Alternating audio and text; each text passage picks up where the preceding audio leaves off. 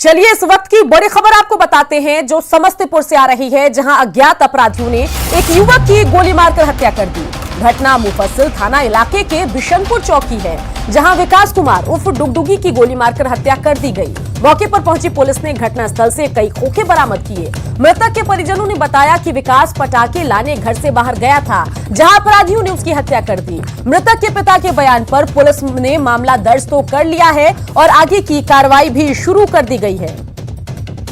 मुकेश हमारे संवाददाता इसी खबर पर ज्यादा जानकारी के साथ फोन लाइन से जुड़ गए हैं।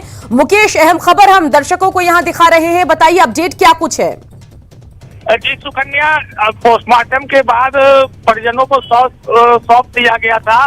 इसके बाद जो ग्रामीण है और उनके परिजन है, उनके द्वारा समस्तीपुर रोसड़ा रोड जो है उसे बिशनपुर चौक पे जहाँ पे शव मिला था उसी जगह पर रख करके सड़क को जाम कर दिया गया है अपराधियों की गिरफ्तारी के मांग को लेकर के।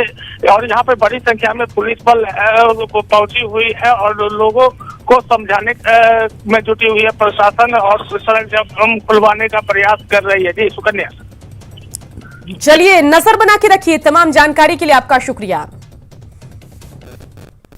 अगली बड़ी खबर सिवान से आ रही है, जहां एक युवक की गला रेतकर हत्या कर दी गई है। युवक छठ पर्व में पुणे से अपने घर आया था। युवक का नाम सूरज कुमार है, जो नवलपुर गांव का रहने वाला है। घटना बड़हरिया थाना क्षेत्र के नवलपुर बगीचे की है। बताया जा रहा है कि युवक बीती रात से ही लापता था और आज उसका शव गांव के बगीचे से मिला है। घटनास्थल पर खून से रंगा चाकू, शराब की पैक और ग्लास मिले हैं। ऐसी आशंका जताई जा रही है कि शराब पीकर युवक की हत्या की गई। फिलहाल पुलिस घटनास्थल पर पहुंची है और शव को कब्जे में लेकर पड़ताल में जुटी है।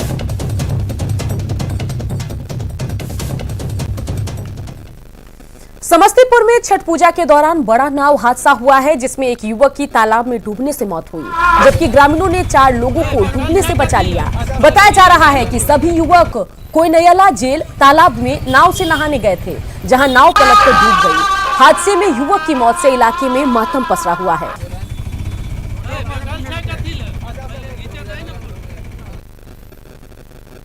बढ़ते आगे, खबर राजधानी पटना से आ रही है, जहां सूबे के सबसे बड़ी जेल बेउर की सुरक्षा पर एक बार फिर गंभीर सवाल उठ रहे हैं। बेउर जेल के अंदर का एक वीडियो वायरल हो रहा है, जिसमें जेल में बंद कैदी न सिर्फ मोबाइल पर बात कर रहे हैं, बल्कि महफिल सजाकर गांजे से भरे चिलम का कश भी लगा रहे हैं। इस वीडियो ने पुलिस और जेल प्रशासन के दावों की पोल खोलकर रख दी। आखिर जेल के अंदर मोबाइल और गांजा चिलम कैसे पहुंच रहा है? सवाल ये भी है कि पुलिस और जेल प्रशासन की छापेमारी में जेल के अंदर कुछ खास नहीं मिलता है, लेकिन जेल के अंदर बैठे कैदी किस तरह गांजे, चिलम और मोबाइल जैसी आपत्तिजनक चीजें पाने में कामयाब हो रहे हैं। आखिर कैसे जेल में बैठे बैठे कैदी दूसरे राज्यों के सियासी कार्यकर्ता की हत्या की साजिश रच रहे हैं? इस वायरल वीडियो को लेकर जब न्यूज़ 18 ने जेल के सुपरिटेंडेंट से बात की, तब उन्होंने वीडियो की सत्यता की पुष्टि की।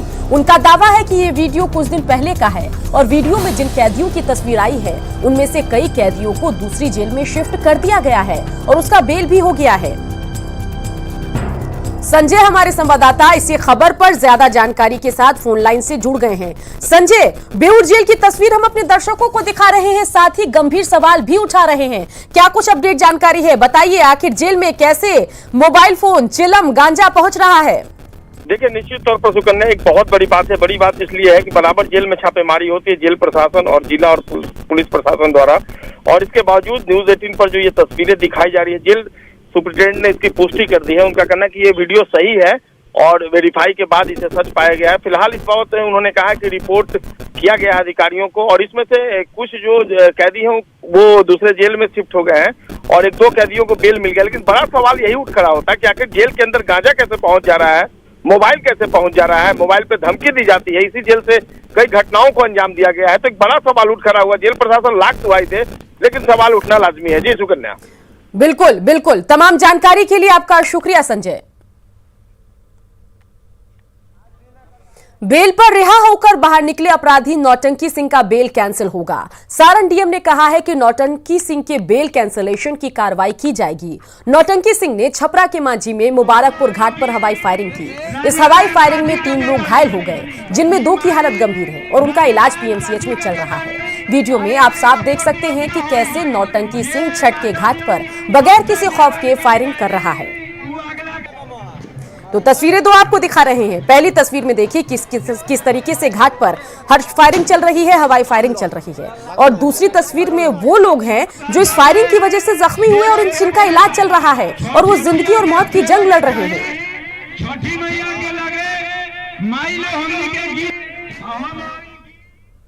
उम्र छोटी काम बड़े, कहते हैं कि एक जीनियस की झलक उसके बचपन में ही मिल जाती है। वो किसी भी फील्ड में जीनियस बन सकता है, खेल में, पढ़ाई में, आर्ट में या किसी और ही क्षेत्र में। वो शायद आपके आसपास हो या फिर दूर, पर अगर आप जानते हैं किसी ऐसे इंडियन को जो यंग जीनियस हो और जिसे आना चाहिए दुनिया के सामने, तो आज ही रजिस्टर कीजिए news18.com/younggenius या बायजूस ऐप डाउनलोड कीजिए और यंग जीनियस सेक्शन में विजिट कीजिए। बायजूस यंग जीनियस न्यूज 18 की एक पहल है। 4 दिनों तक चले छठ महापर्व का आज अंतिम दिन था। आज सुबह अर्घ देने के साथ ही छठ पर्व संपन्न हो गया। हम आपको देश भर की 7 तस्वीरें दिखा रहे हैं जो अलग अलग जगहों की है। तस्वीर जो है वो पटना, रांची, दिल्ली, गुवाहाटी, भोपाल, रायपुर और वाराणसी की है, जहां अर्घ देने के दौरान लोगों की आस्था देखते ही बन रही थी।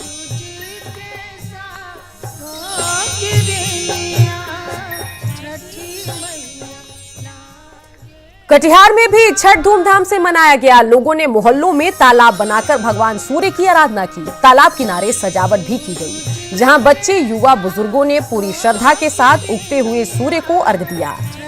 हृदयगंज के शिवाजी कॉलोनी में भी ऐसा ही नजारा दिखा, जहां बड़ी संख्या में श्रद्धालुओं ने पूजा अर्चना की।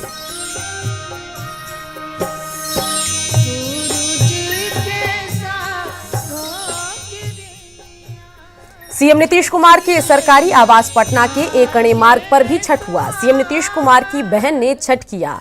इस मौके पर सीएम नीतीश कुमार भी वहां मौजूद रहे और छठ पूजा में शामिल हुए। सीएम नीतीश ने भगवान भास्कर को अर्घ्य दिया।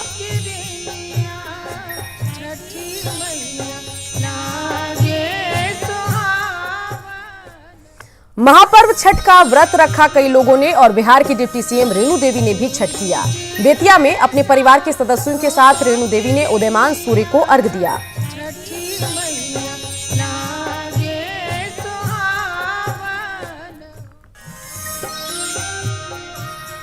कटिहार में उप मुख्यमंत्री तारकिशोर प्रसाद आज उगते हुए सूर्य को अर्घ्य देने के लिए कई घाटों का दौरा किया।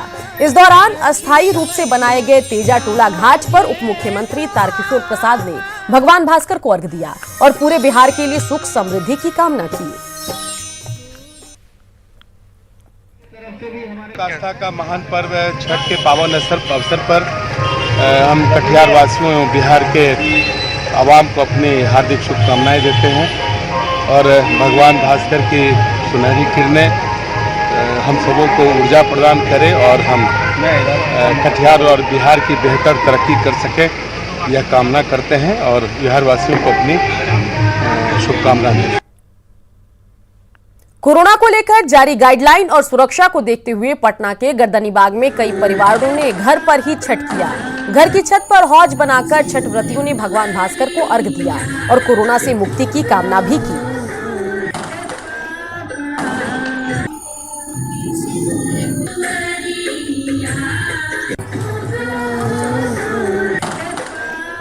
छठ की महिमा अपरंपार है। बिहार झारखंड से हजारों किलोमीटर दूर 7 समंदर पार भी छठ की अनोखी छटा दिखी।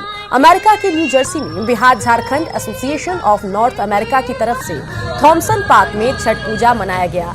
पारंपरिक गीतों और परिधानों में छठ व्रतियों ने पूरे नियम निष्ठा के साथ भगवान भास्कर की आराधना की। बता दें कि 4 साल पहले Bihar Jharkhand association of north America यानी BJANA ने सामुदायिक स्तर पर छठ पूजा की शुरुआत की थी। धीरे धीरे बिहार झारखंड के लोग इससे जुड़ते चले गए और हर साल अमेरिका में छठ की रौनक बढ़ती गई। थॉमसन पार्क में आयोजक की तरफ से सोशल डिस्टेंसिंग का भी ध्यान रखा गया था और सुरक्षा के तमाम इंतजाम किए गए थे।